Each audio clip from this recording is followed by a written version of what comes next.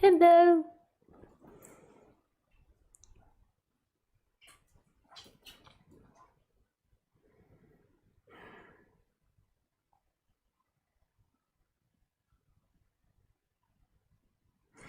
So let's start at the very beginning. So most humans walking around this planet would assume that they are somebody, that there's somebody inside this body and there's somebody that exists in time. So most people would imagine that they're the body, the physical body, that they're their past actions, their future actions, what they own, what they believe, their memories, their environment, so British or French or African, their financial status, their job, their career. So I'm a lawyer, I am a teacher, I am a philosopher, I am a writer, I am healthy, so also the health of the body. So normally most people think and claim to be these dynamics that are moving in time. And when I say moving in time, I mean something that you can think about, something that you can imagine. It's not something that's right here. So you being a lawyer, or you being French, or you being a nice person, say, isn't something that's right here. It's something that you can imagine right here, but it's not actually something that's happening. Even the idea that you're white-skinned, in a way, it's only happening here if you're looking in a mirror or you're looking down at your skin. But even that, it's still something you're thinking about. Like, it's still something that's moving. It's not directly here. It's not like right here. It's something that's moving. I have white skin, and then there's an image of your body and then an idea of it. But if we just go to more, what's that word? More, less intimate objects. I can't think of the right sentence there. Like less intimate objects, as in your career. So say if you think that you are a lawyer, so that might be a job that the body does, but it's not actually here. It's not who you are now. Even though if you think about the law, like imaginations and thoughts and in-depth knowledge can arise about the law, it's not actually happening here. That's not who you are. You're not also an age. So say you're like, yes, I'm 52 and I'm sitting on a chair, I'm 52 and I'm pretty hot at 52. That's not actually who you are. That's a thought arising. That's not fact. That's not right here. Maybe you might think it's fact, but then we can look at what fact and fiction is. But it's not absolute. It's not, there isn't a 52-year-old looking out through this body. There is what is, which is unnameable, which is undescribable. So, what do I mean by what is? I mean this, what's happening. What's happening isn't actually something you can think about. What's happening is here, it's now. And then you can think, you can remove yourself about what's happening, or you can think I'm a lawyer, or you can think I'm a good person, a nice person. It's not actually something that's happening now. Like when I say it's not a fact that you're a lawyer, you might be a lawyer when you're in the office and you're like giving consultations. So there might be the action of being a lawyer, but it's not actually a fact that's happening now. There's no like stamp on you that's like you're a lawyer, you're a good person. There is just this. And if you bumped your head, you might forget that you practiced being a lawyer, and you might forget all the knowledge that you had. But yet there's still presence, there's still this awakeness, there's still consciousness of what's happening. So you being an object, you being something isn't an actual fact, isn't actually true right now. It might be something we can describe the body does, but it's not who you are. That's not a fact that you are a lawyer. Who are you? And that's a really profound question. Who are you? So who sits here now? The assumption always is something that you can describe or think about. And this is the dilemma of the human being, is that they always think who they are is a thought. So the idea that you're a body is a thought, the idea that you're nice is a thought, the idea that you're a lawyer is a thought, the idea that you're Canadian is a thought, the idea that you're tall is a thought, the idea that you're slim is a thought, the idea that you have incredibly big feet is a thought, the idea that you like lemon juice is a thought. So they're all thoughts that come and go. And they're dependent on complex thinking. They're dependent on you having a memory and certain areas of your brain working. But if you forget language, or if you have a bump on the head, or when you get older, you begin to forget these things, but yet there is still experiencing happening. So who's actually experiencing? What happens in humanity is that we clump like consciousness, the experiencer, who you truly are, with labels of who you are. Labels and titles of who I am. I am a lawyer. And that's not your essence. When you were born, you didn't have a stamp on you that's like lawyer. You didn't have a stamp on you that told you what nationality you were. You were simply free. You didn't even have a stamp on you that told you what color you were. You just were. You didn't know what you were. There was just aliveness. You didn't even know you were inside a body. You didn't even have a functioning memory that was working properly and memorizing those infant years. But in the moment of it, there was experiencing happening. And then your memory begins to kick in maybe 2 or 3 years old. So some people say they can remember like when they were 1 year old, but most people can start remembering like 2, 3, 4 years old. And in those memories, you weren't any titles. Like you responded to your name, you recognized your name, but it was all abstract. You weren't fixed in thought. And this might sound really complicated to some people, but maybe my audience is quite selective in the people that actually listen to me, because I don't normally do the beginnings of non-duality. I just really hit with like hard non-duality. But I know this is so this will sound really like profound or shocking for a lot of people that are listening, but some people don't even realize they're thinking. So when I did this carers group, I've told this story quite a few times on here. I did this carers group. My mum used to be a governor for the NHS, and she ran a carers group, and she invited me to give a talk on mindfulness, really.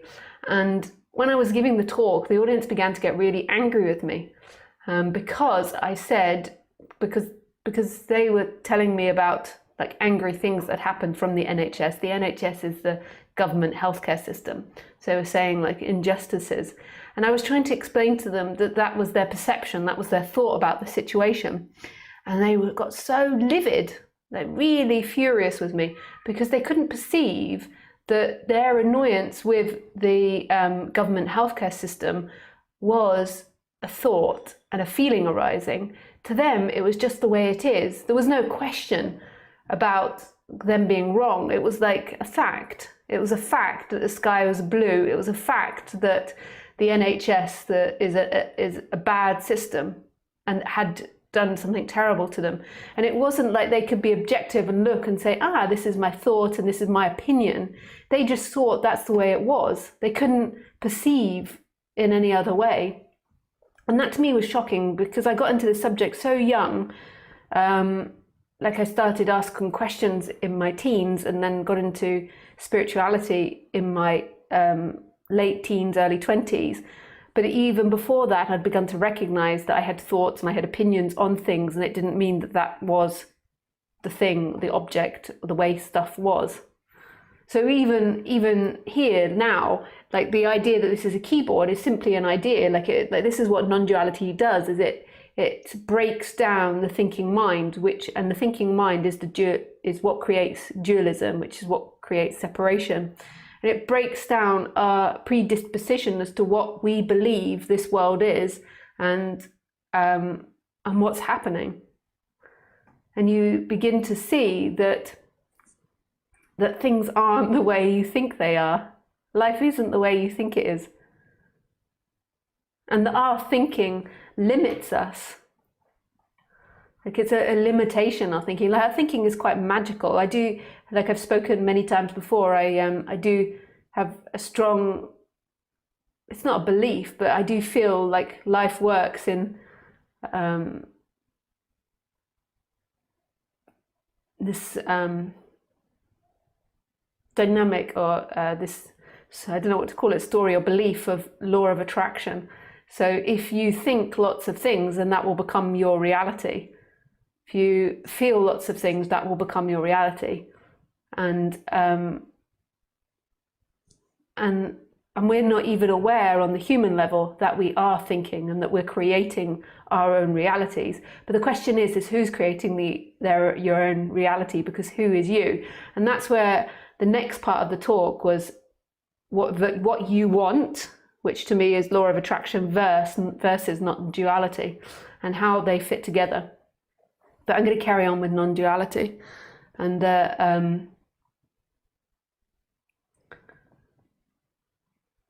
this belief in things. So there is what is. So right here there is experiencing, there is what is, there is this moment, and then in that comes and goes thoughts. And then what happens is there is this attachment to thoughts, and we believe we're a thought. So we believe who we actually are, who's looking out of this body is, I am a lawyer, I am a good person, I'm a right person, I'm a tall person, I'm a handsome person, I'm a friendly person, I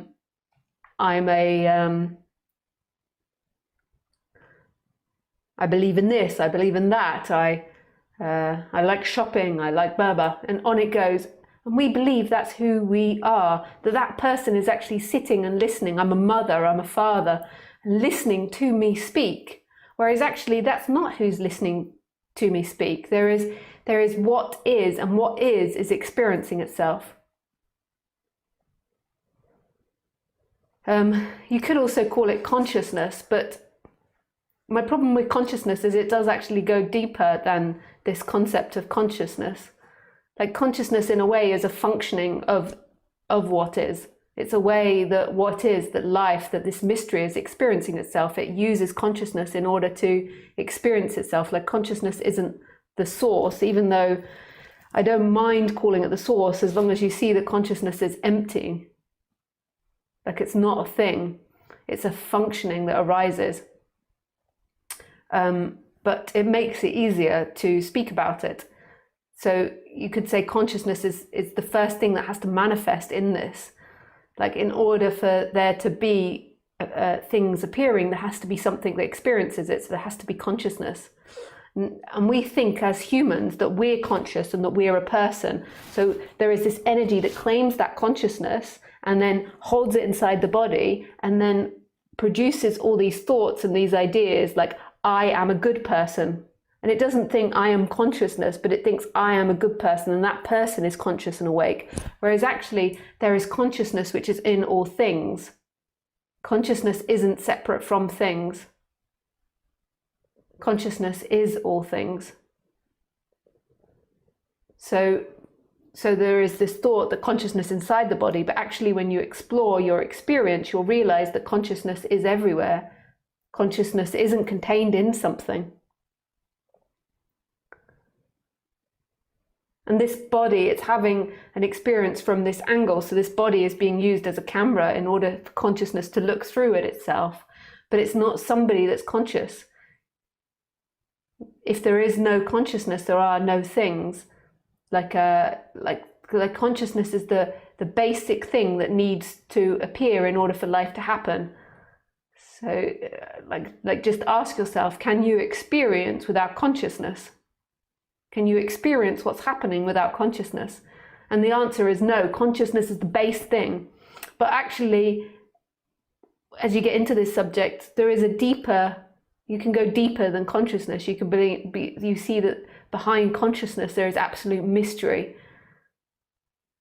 Like who is conscious in the end is this mystery, but that mystery is you.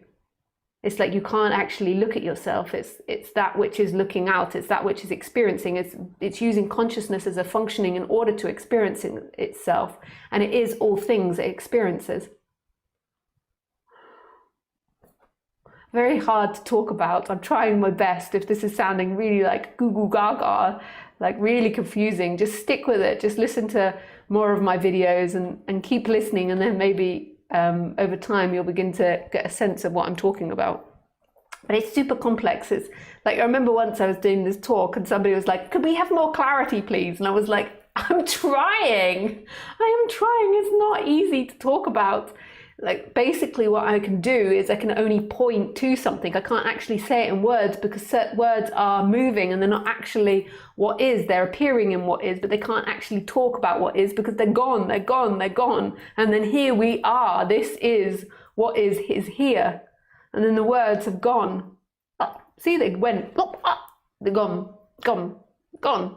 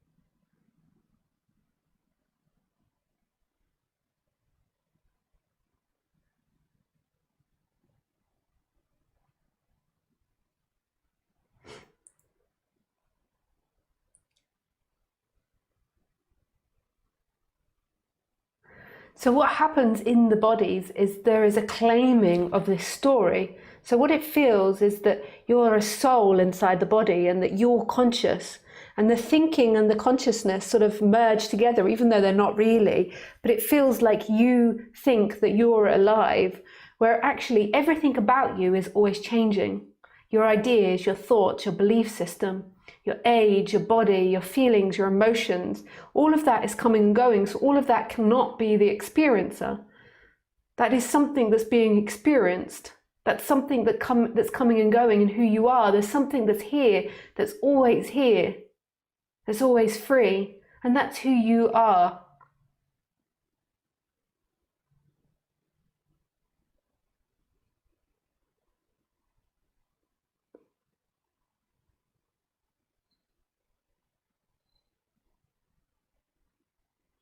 Like, what is it that's always here?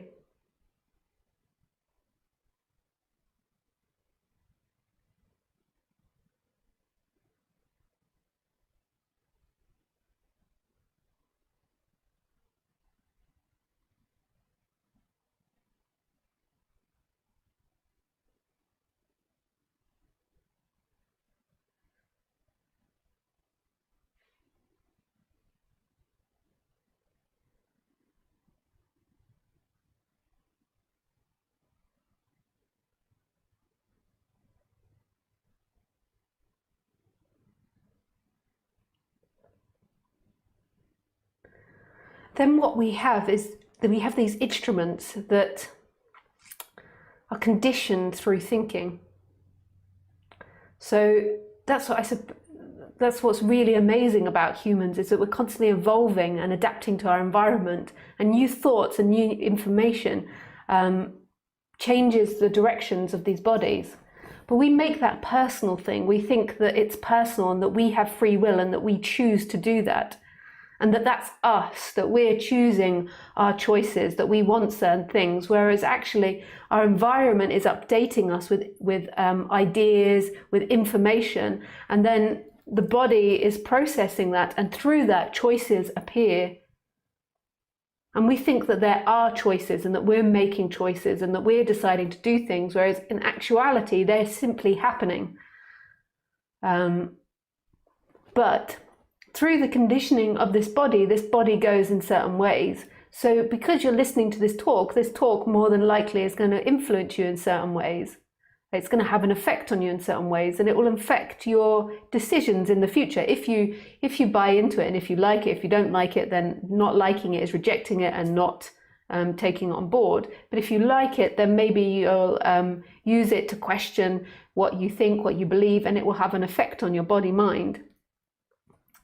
So through investigating this subject, it's going to change your personality structure and what you want, and that is going to change the way you interact with the world. So just in questioning who you are is going to change the way you interact with the world. It's the same with all different things. So your partner, who you're with, the way they influence you, their ideas, their perspective on the world, that is also going to have an influence on you and produce certain outcomes. Also, the way you were brought up, your parents, your social environment, your economic environment, all of this is going to have an influence on you and is going to lead the body in different directions. If you grew up with parents that really encouraged you and really believed in you and taught you, and maybe didn't put you into the mainstream education system, but homeschooled you and gave you a good self-esteem,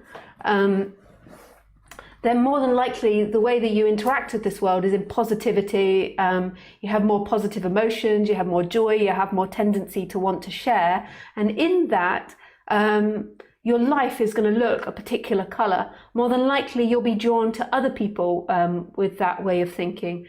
You'll be drawn maybe to a career that's not about so much about producing money and becoming really rich, but about something that you enjoy and something that you're passionate about. So it's going to have certain effects on you.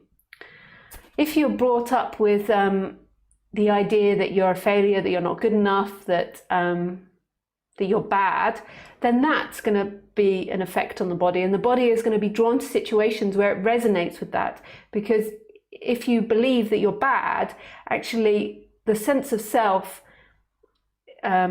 doesn't discriminate against what it is. So if it's being told that it's bad, even though it's painful, that sense of self wants to keep on emanating that badness. If it's been told it's good, it wants to keep emanating that. The sense of self is indiscriminate about what feelings or what life situation it produces. The sense of self's purpose is to maintain itself. It's not to give you a good life, or it's not to necessarily make you survive well.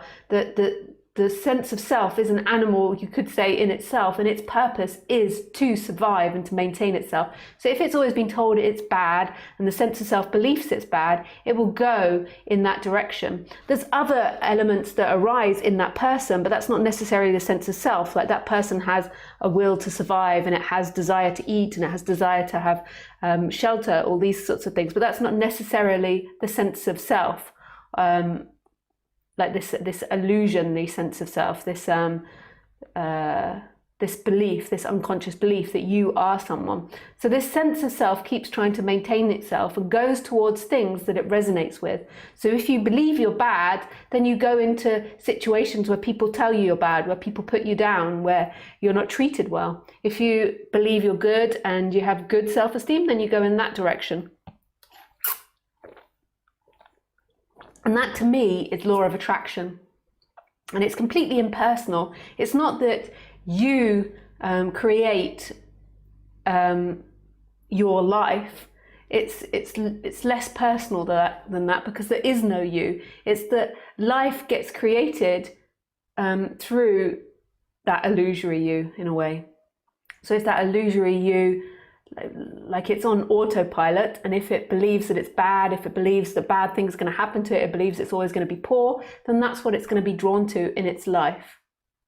That's the way what it's going to move towards. If it believes it's good, if it believes everything's going to be great, if it believes it's going to be really successful, then that's what it's going to be drawn towards, is those vibrations. And it's an energetic vibration that comes out of the body. So when somebody feels really good and positive about themselves, you could say vibrationally they have a different feeling. Or if someone's really bad, low self-esteem, really dark, really depressed, there's a different vibration in that body, and we can feel it as we go near people. And we have particular reactions to people's emotional and energetic body, and it's pre-verbal, it's pre-thought, those reactions. And that's law of attraction.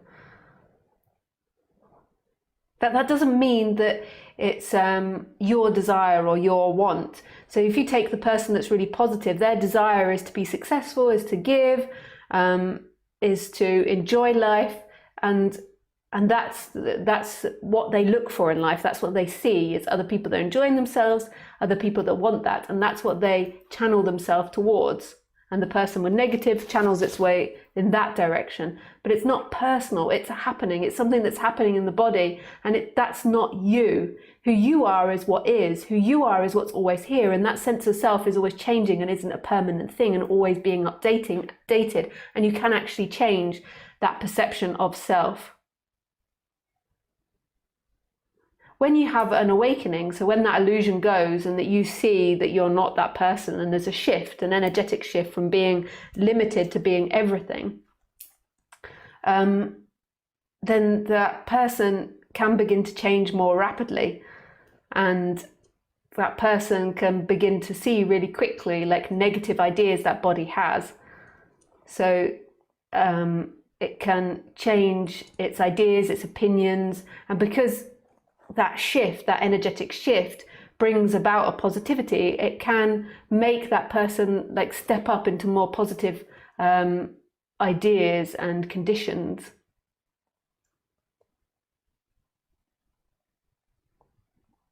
So there can be a moving towards that, but not necessarily. You could have somebody that has awakening but still has poor thoughts around money. You see that a lot in spiritual communities. They have very poor thoughts that money is bad, that society is bad, and so obviously they think it's bad, they stay poor and they stay without money, and they push it away.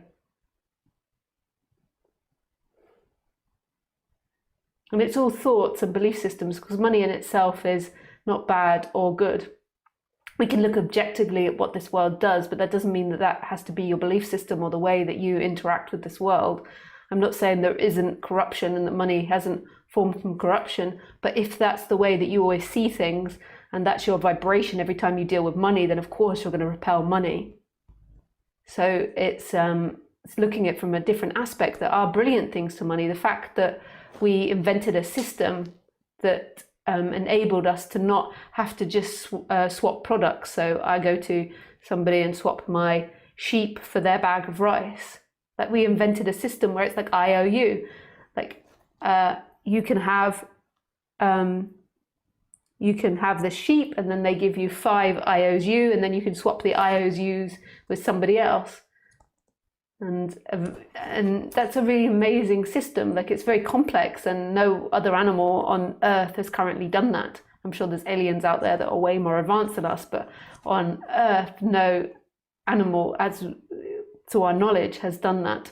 And it's a very complex system. And yeah, there's negative side of it, but if that's what you always focus on, then that's what you're going to bring.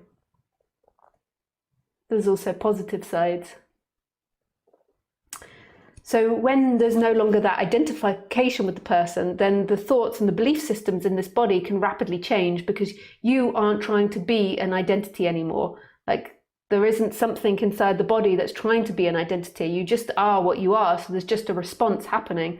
So just the unconscious patterning of the body and the ideas that have been inbuilt in the body come out, and that can be changed more rapidly. So if you think this thing's really bad, then you can really investigate that and change that. When you're identified, that identity is always trying to maintain itself. So giving up the idea that money is bad is really painful for that identity, because that's part of who you believe yourself to be, as someone in war against the government, someone in war against money. That's who I am, whereas that's not who you are, and that isn't truth. That's not the way it is. What's truth, what's really happening is what is, and that's the freedom. That recognition. So after awakening and after this energetic shift happens, then there normally is a lot of reconditioning that happens in the body.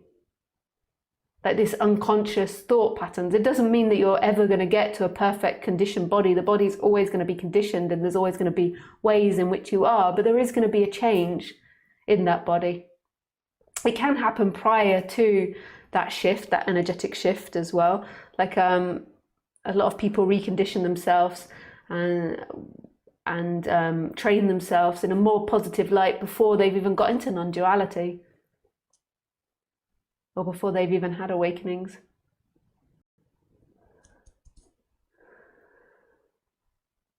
So what you want. So when I say what you want, this is a practice in law of attraction, is it's focusing on what you want. Now that doesn't mean this identity, this illusory identity that's always seeking to maintain itself and to stay a solid identity. This means the body. So forget the identity. So imagine the identity's gone. It's the body. What does the body want? And I think that all bodies have basic wants. So we've got this chakra system with feelings and with energies in it, and all bodies have basic wants. Like we want to survive, we want food, we want water, we want shelter, we want companionship, we want company, we want love, we want affection. So we've got these basic wants, and then the body colors it. So each body is colored. So what affection looks like to you is different to what affection looks like to me. So the way that I like affection is that I am not a cuddler in the morning. I do not enjoy cuddling in the morning. Although I'm open to changing and I'm open to this system updating that, it's something that I don't like. So affection in the morning is not something I prefer. As the day goes on, I prefer it. And I'm not an affectionate person with strangers. Like I always see these women that are so affectionate and so touchy, and like I like their energy, but it's just not my way. I'm English, I'm reserved. You don't touch a stranger. You keep distance, you give people space, and that's something that this body is conditioned on. It's not an identity where I'm like, that's who I've got to be. I've got to be someone that's cold and removed. No, don't touch me, nobody touch me. It's just something that this body is. And if you find me later in the day, I'm more affectionate. So as the time goes on, I get more affectionate. I wake up less affectionate and I get more cuddly as the day goes on. But if you're a stranger, if I don't know you, if you're not in the immediate family or friendship, I'm not so much into touching. But that's not my identity. When you're identified, that becomes somebody that you have to maintain and you have to be and that you have to show. And in a way, you believe by maintaining that and being that person, you're actually going to find this home, this sense of freedom in the future, which is crazy. But that's what most humans believe, that this constant maintaining a self is what's going to make you arrive at home, because what everybody's looking for is home, is this sense of relaxation into what is. But that's something that this body is. So you could say that's the character. So that's what I name as the character. Lisa has a particular character and a particular quality. I also grew up with dogs. So more than likely, I'm always going to have a dog. Like I grew up with dogs. I've always had dogs throughout my life. And so more than likely, that's a quality of this character. So you can see that that forms a character. I also have a picture of my dog on my t-shirt. I bought 4 t-shirts with pictures of my dog on it for my birthday last week, and I've been slightly obsessed with wearing them. I think the last 5 or 4 YouTube videos I've been wearing my dog t-shirt. So you could say that's like a quality, a characteristic of this body. And that's conditioned. It's social and it's genetic, but that's not who I am. That's something that's happening in the body. It's a response to the world. Who I am is what is. Who's looking out now is what is. And this body has certain wants. So I want a simple life. I also appreciate simplicity. I don't want a complex life. So the last couple of years I stopped traveling so much. At first, and I did talks, I traveled, but it was too complex and too much. And so I stopped doing that. I stay more at home. I like simple things. I don't like too much entertainment or too much parties or too much socialization. But that's not necessarily a quality of somebody that's had an awakening. That's just what's happening here. It's just this. It's just what's happening in this system. And I was like that as a child. I was always a bit of a loner as a child. I feel like I went back to being more childlike. So these are characteristics, but this isn't me. This is what other people can describe of me, but it isn't me. Who I am is what is. Right here, right now, looking out. Like it's abstract, the idea that character that I'm describing to you is what's looking out. It even feels abstract describing it to you, let alone it being that looks out of this body and is like like making this body move. Like this person that loves dogs isn't making the arm move or making the mouth speak. What's actually happening is what is doing all of this. It's coming out and it's making it look like Lisa character is doing it, but it's not. That's just the way we describe things. It's just our social conditioning to believe that there is an entity inside this body that's doing it, whereas actually it's just what is. It's so simple, it's so ordinary. But my character is going to be more happy if she acknowledges and engages with what she wants. Like you could say your natural wants, not your seeking wants, not this when you're identified with a person that's moving in time and trying to get home through your wants. Your natural wants, the natural bodily wants, if there is an alignment with them, then they will manifest, firstly, like you always get what you want, and secondly, the body will be in more harmony if you navigate to what you naturally want. So, and you could say that that's what is speaking. Like it's obviously what is, or consciousness or life speaking through that complex character, because life is creating all of it and that identification. But when you're identified, it's about you. It's like once removed, it's like really removed.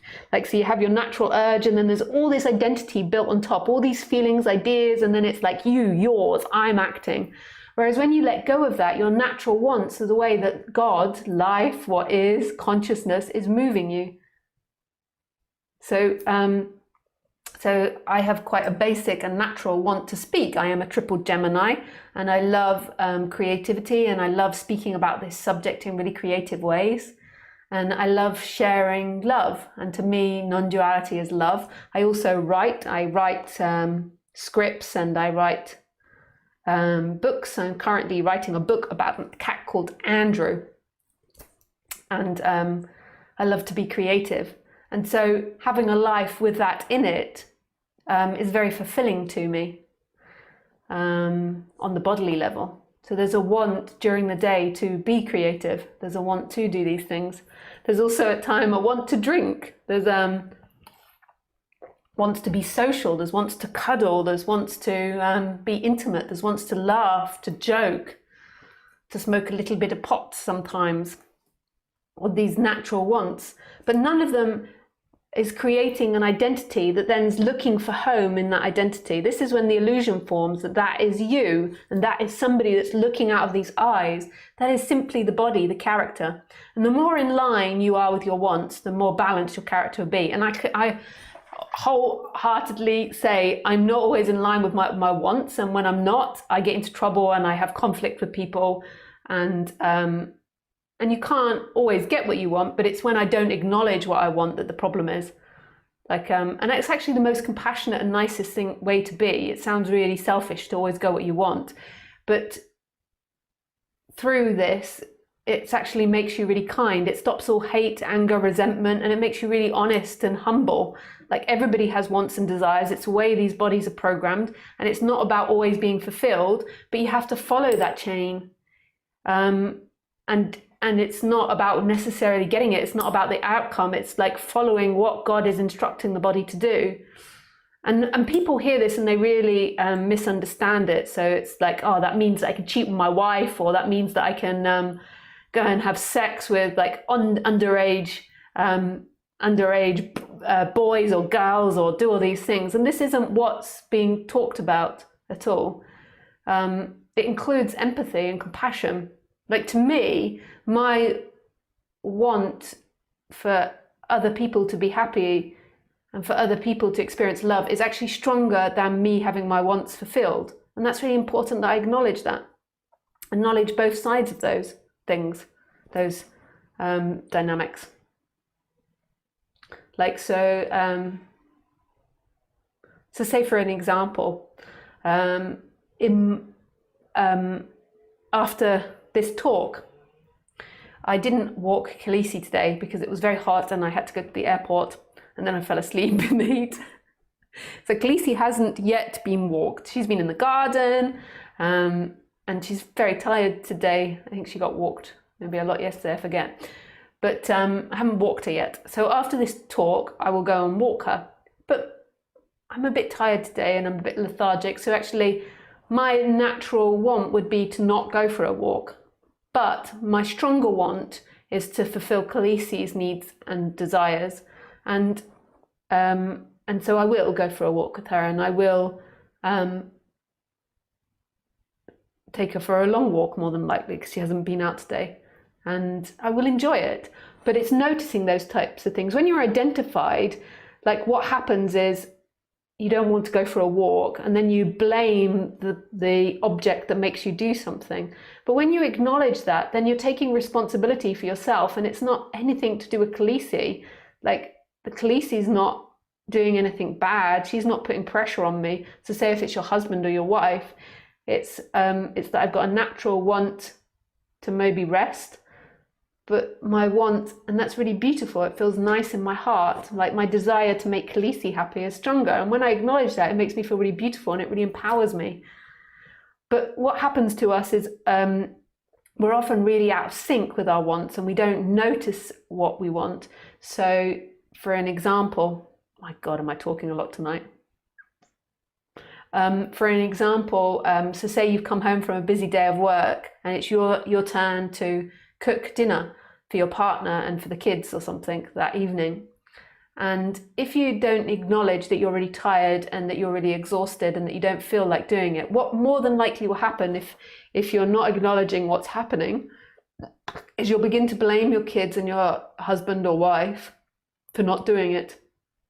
And you'll begin to get into like weird psychological concepts like, oh, why do I always have to do this? Da, da, da, da, da. But if you're really honest with yourself, then it breaks these sorts of thought patterns. Like, you come home and you acknowledge that, but you acknowledge that you don't want to do it. And you can even bring that up in conversation to people. You can even maybe talk about getting a takeout or something. And you acknowledge that, but then maybe your love and your desire for them wants it stronger, but maybe it doesn't.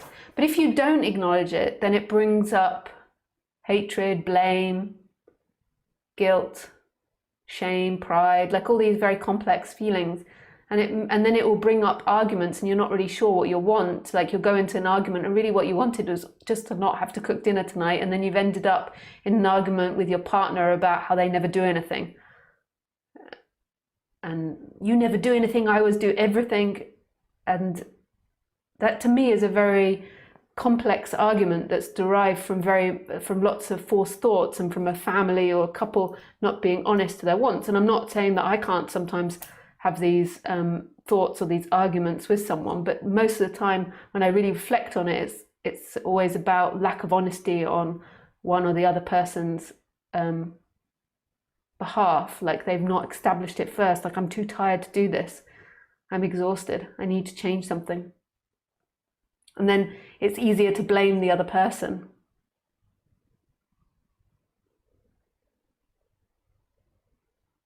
And take responsibility. But I've nearly done the whole talk without any questions, so it even knows it's still streaming. Is it a good stream? It says it's not very good. I've nearly done the whole talk without any questions. It's pulsing. I think I need to reset my internet.